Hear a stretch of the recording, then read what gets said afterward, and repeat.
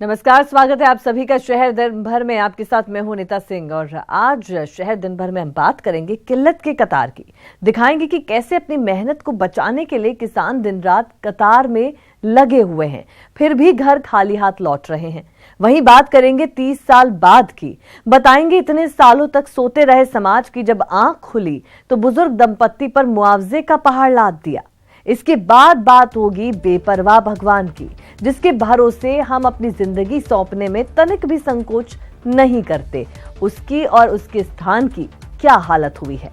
फिर ले चलेंगे आपको शिल्पों की दुनिया शिल्पग्राम में, जहां आपको मरुधरा की संस्कृति की झलक देखने को मिलेगी। और इसके बाद मुकुंदरा हिल टाइगर रिजर्व की बात होगी, जहां अब खुशियों की बहार आने वाली है। फिर ले चलेंगे बच्चों का इंदिरा विमान में, जहां शिक्षा की उड़ान भरी जाती है। तो कहीं जाइएगा नहीं, बने रहिए हमारे साथ शहर दिन भर में।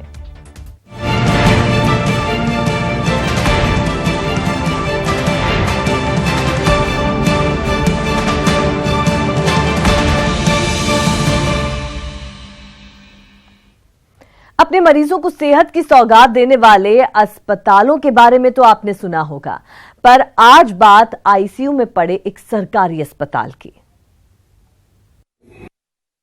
किसका इंतजार कर रहे हो? डॉक्टर साहब का। अभी नहीं आए हैं? अभी नहीं आए, डॉक्टर साहब आए नहीं है अभी। जहां जिंदगी की बुनियादी सुविधाओं को जुटाने में इंसान चक्कर घिन्नी बना हो, वहां बीमारी आफत है, कुदरत का कहर। पर अफसोस की बात यह है कि अस्पताल जाने पर मरीज की बेबसी और बढ़ जाती है।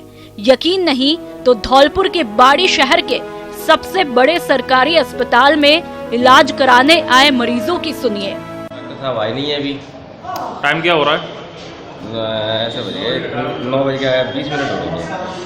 अभी तक नहीं आए हैं? अभी तक नहीं आए। किसका इंतजार कर रहे हो? डॉक्टर साहब का। अभी नहीं आए हैं? अभी नहीं आए, दिखाने के लिए आए।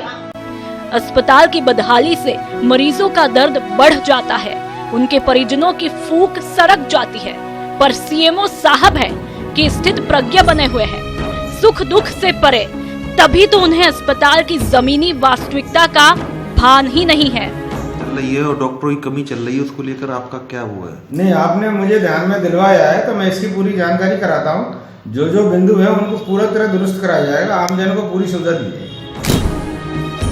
अब जब सीएमओ साहब व्यवस्था दुरुस्त करने का दावा कर रहे हैं, तो मरीजों के पास उनके दावों पर यकीन करने के अलावा कोई भी चारा नहीं है।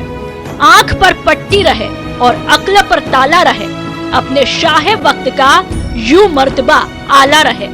न्यूज़ 18 राजस्थान के लिए धौलपुर से राकेश सिंघल की रिपोर्ट। और अब बात एक ऐसी खबर की जो इंसानियत से विश्वास उठा देगी। यकीन नहीं हो रहा है तो देखिए भीलवाड़ा से ये रिपोर्ट।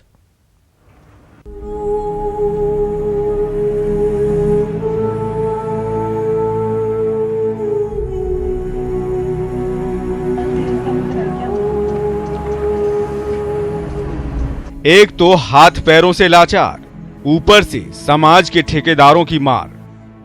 उम्र के आखिरी पड़ाव पर इस बुजुर्ग दंपत्ति पर मानो पंचायत का वज्रपात हुआ है। इस बुजुर्ग दंपत्ति की पूरी कहानी बताएंगे आपको, लेकिन उससे पहले पंचायत का तुगलकी फरमान के बारे में भी जान लीजिए। पंचायत ने फरमान सुनाया है कि बुजुर्ग दंपत्ति को 10 किलो चांदी देनी होगी। चांदी के साथ साथ मुआवजा भी देना होगा। पंचायत की नाफरमानी पर आखिरी समय में पानी तक नसीब नहीं होगा और मरने के बाद दोनों को कफन तक नसीब नहीं होगा। पंचायत के ऐसे फरमान से दिव्यांग दंपत्ति परेशान है। कहते हैं आखिर 30 साल बाद उन पर ऐसा जुल्म क्यों किया जा रहा है।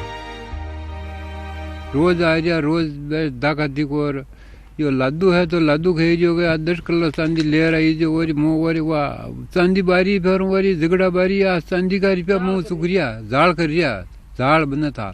जब हमारा ये हमारा घर का तक आदमी हमारा ऊंचा बनाश करने में न हमारा बड़ा आश के ये मन ऊंचा आदमी न ले जा चुके और मन समाज बारी ये हमारा देवर जेठ जो मैंने समाज बार ना दी। जी हाँ, 30 साल दोनों ने साथ साथ गुजारे। जिंदगी के हर सुख दुख में 3 दशकों तक दोनों ने एक दूसरे का भरपूर साथ दिया। जिस्मानी दिव्यांगता को कभी अपने ऊपर हावी नहीं होने दिया। जिस्मानी दिव्यांगता से जीत गए, लेकिन सामाजिक दिव्यांगता से हार गए। कसूर बस इतना है कि हजारी बैरबा ने 30 साल पहले दिव्यांग बालीबाई बैरबा से नाता विवाह किया था, लेकिन अब समाज के ठेकेदार विवाह को बड़ा जुर्म मानकर इन पर जुल्म ढा रहे हैं। इतना दुखी और पीड़ित हैं कि आज की तारीख में इनकी कोई सहायता करने वाला है ही नहीं और दर दर भटक रहा है ये परिवार। और बाकायदा जब हमें इस प्रकरण की जानकारी मिली तो हमने बाकायदा जो है पुलिस प्रशासन से निवेदन किया है, सख्त से सख्त कानूनी कार्रवाई की जाकर के और जेल की सलाखों के पीछे पहुंचाया जाए और इस गरीब असहाय परिवार को न्याय दिलाया जाए। हालांकि दिव्यांग दंपत्ति ने अभी हार नहीं मानी है और समाज से भी नारायणी देवी बागरिया की मदद से थाने में पंचायत के तुगलकी फरमान के खिलाफ गुहार लगाई है, ताकि जीते जी जुल्म ना हो और मरने के बाद अंतिम सफर में पंचायती फरमान आड़े ना आए। भीलवाड़ा से न्यूज़ 18 के लिए प्रमोद तिवारी की रिपोर्ट।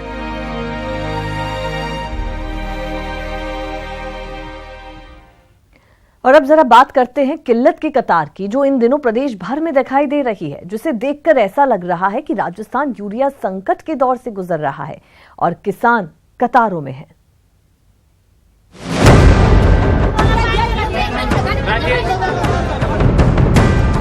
राजस्थान में यूरिया की मांग। 6 बजे के खड़े खाद के वास्ते, भूखे प्यास से खड़े सुबह के 6 बजे के लाइन में लग रहे हैं, यहाँ धक्के दे रहे हैं। 2 घंटे से क्या होएगा हमारा? 3 दिनों के आज धक्के खाते हमारे को। किल्लत की कतार। नंबर आता था कहते थे कि बीत गया खाद, कृषि अधिकारी कोई ध्यान नहीं दे रहे। कृषि अधिकारी कहाँ दे रहे? संदेह प्रसन्न हो रहे थे, जगह जगह भीड़ लग रही है, कोई ध्यान नहीं दे रहा। खेतों में फसल हो रही बेकार।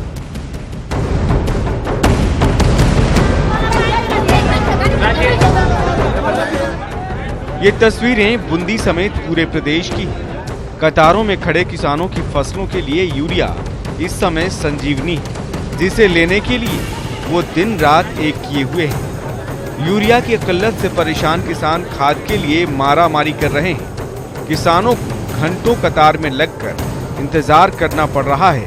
मुसीबत तो तब आती है जब घंटों इंतजार के बाद खबर आती है कि यूरिया खत्म हो गया। 6 बजे के खड़े खाद के वास्ते, भूखे प्यास से खड़े सुबह के 6 बजे के लाइन में लग रहे हैं, यहाँ धक्के दे रहे हैं। 2 कट्टे मिल रहे हैं हमारे को, वो भी दे नहीं दे रहे। 2 कट्टे से क्या होएगा हमारा? 3 दिनों के आज धक्के खाते हमारे को। 2 रुपये की अलार्म पड़ गया। 3 धक्के हुए, कल 1 कट्टा मिला, परसों को 1 कट्टा मिला, 2 कट्टे आज मिले, क्या होएगा हमारा? जी हाँ, रात दिन लाइनों में खड़े होने के बाद बहुतों को तो खाली हाथ ही लौटना पड़ता है। यदि किसी को मिल भी जाए तो उनकी जरूरत का महज 10% ही मिलता है, वो भी तब जब पुलिस पहरे के बीच खाद को वितरित किया गया। ऐसे में निराश किसान कहीं सड़क जाम तो कहीं कलेक्ट्रेट का घेराव कर अपनी मेहनत को जीवित रखने की गुहार लगा रहा है। 4 दिन से लाइन लग रहे थे, 2 दिन सुबह 1 कट्टों में नहीं मिल रहे। नंबर आता था कहते थे कि बीत गया खाद, कृषि अधिकारी कोई ध्यान नहीं दे रहे। कृषि अधिकारी कहाँ दे रहे? संदेह प्रसन्न हो रहे थे, जगह जगह भीड़ लग रही है, कोई ध्यान नहीं दे रहा। पुलिस वाला बचा रहे हमारे को, ना दुकान वाला खाद नहीं दे रहे हमारे को। हमारी बहुत मर रही है सर, 2 कट्टे दे रहे हैं सर, खाद कहाँ से लाएंगे हम? बहरहाल परेशान किसान आस लिए कभी लाइन में खड़ा हो रहा है तो कभी आश्वासन के लिए प्रशासन के पास दौड़ लगा रहा है ताकि कोई ठोस आश्वासन मिल जाए। लेकिन अब देखना यह है कि प्रशासन को किसानों के दर्द का एहसास कब होता है। बूंदी से न्यूज़ 18 राजस्थान के लिए चैन सिंह की रिपोर्ट। और चलिए अब आपको दिखाते हैं रावली में शिल्पग्राम मेले के खूबसूरत रंग। ये मेला अगले 10 दिनों तक अपने मेहमानों को राजस्थानी रंगों से रूबरू कराने को तैयार है।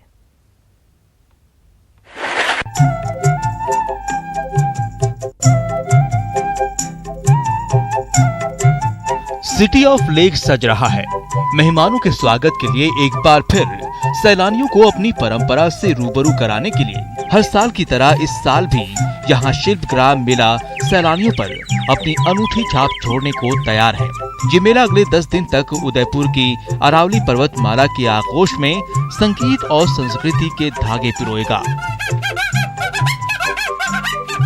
राजस्थानी रंगों से रूबरू होने के लिए लाखों सैलानी यहाँ का रुख करेंगे। रेगिस्तान के शिल्प के साथ सेल्फी का शौक पूरा करेंगे, उसकी सवारी कर भरपूर लुत्फ उठाएंगे।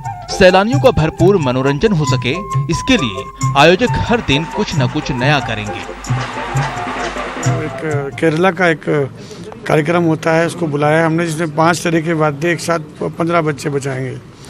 मांगणियार का भी हम एक फ्यूजन तैयार करवा रहे हैं, जो हमारा अपना खुद का प्रोडक्शन है, वो भी इस बार प्रस्तुत होगा। तो ये नई प्रस्तुतियाँ होंगी। इसके अलावा आप देख रहे हैं कि शिल्पग्राम के अंदर प्रस्तुतियों के अलावा कुछ स्थायी आकर्षण भी जोड़े गए हैं। तो आप देखेंगे, अभी आप जाएंगे, ताकि लोगों को जब आए तो हर जगह कुछ न कुछ नया देखने को मिले। ये शिल्पग्राम 70 एकड़ में बनाया गया है। मेला राजस्थान की संस्कृति को समेटे है, लोक कला और शिल्प कला का समागम है। 10 दिन तक चलेगा शिल्पग्राम मेला। हर साल 25 लाख से ज्यादा देसी विदेशी सैलानी आते हैं। जाहिर है, ऐसे पारंपरिक रंग, ऐसी खूबसूरती, ऐसा हुनर हो तो कोई भी यहाँ खींचा चलाएगा। करीब 70 एकड़ में लगने वाले इस शिल्प मेले में रंग बिरंगी झोपड़ियां, बच्चों के झूले, शिल्प बाजार, घोड़े और ऊंट की सवारी के साथ साथ जमकर खरीदारी की जा सकेगी। तो आप भी अगर राजस्थानी रंगों से सराबोर होना चाहते हैं, उनको अपनी यादों में समेटना चाहते हैं, तो चलिए आइए इस शिल्पग्राम मेले में। सतीश शर्मा, न्यूज़ 18 उदयपुर।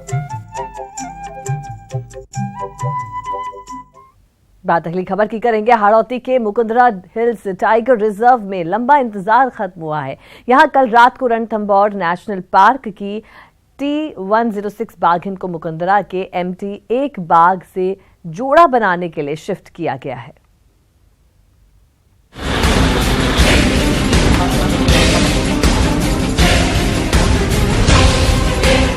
जिसका काफी समय से इंतजार था, आखिरकार वो घड़ी आ गई। जी हाँ, कोटा के मुकुंदरा हिल्स टाइगर रिजर्व में T106 का आगमन हो गया है। T106 के बारे में हम बताएंगे आपको, लेकिन उससे पहले ये जान लीजिए कि T106 के आने से इस टाइगर रिजर्व में MT1 का अकेलापन दूर हो गया है। जी हाँ, T106 यानी वो बाघिन जिसके यहाँ आते ही बाहर आ गई और अब MT1 नाम के बाघ को एक साथ ही मिल गई है। रणथंभौर से लाने के बाद MT1 पिछले 9 महीने से यहाँ अकेला था, लेकिन अब T106 के आने से बाघ का अकेलापन दूर हो गया है।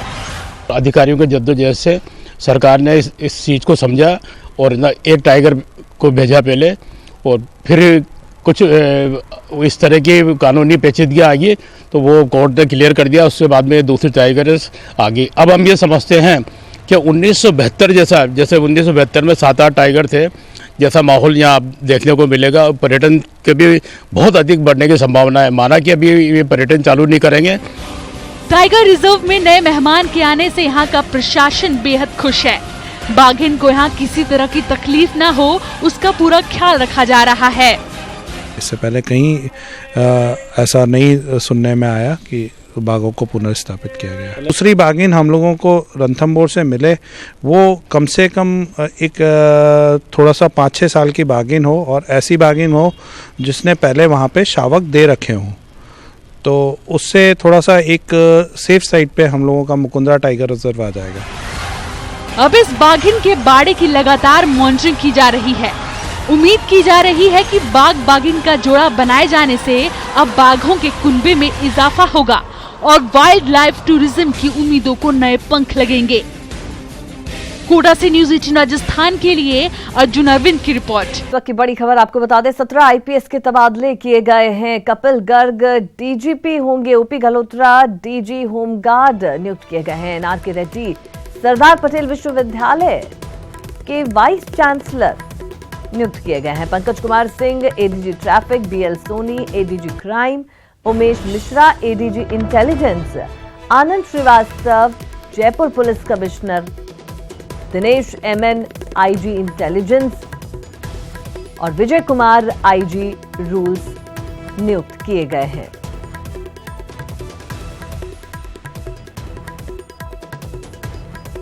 और चलिए इस पर और ज्यादा बातचीत के लिए रुक करते हैं। हमारे संवाददाता प्रेम मीणा हमारे साथ जुड़ चुके हैं। जी प्रेम, कल ही हमने देखा था कि 40 आईएएस तबादले हुए थे और आज 17 आईपीएस तबादले किए गए। महत्वपूर्ण पद हैं जहां पर अब ट्रांसफर्स हुए हैं।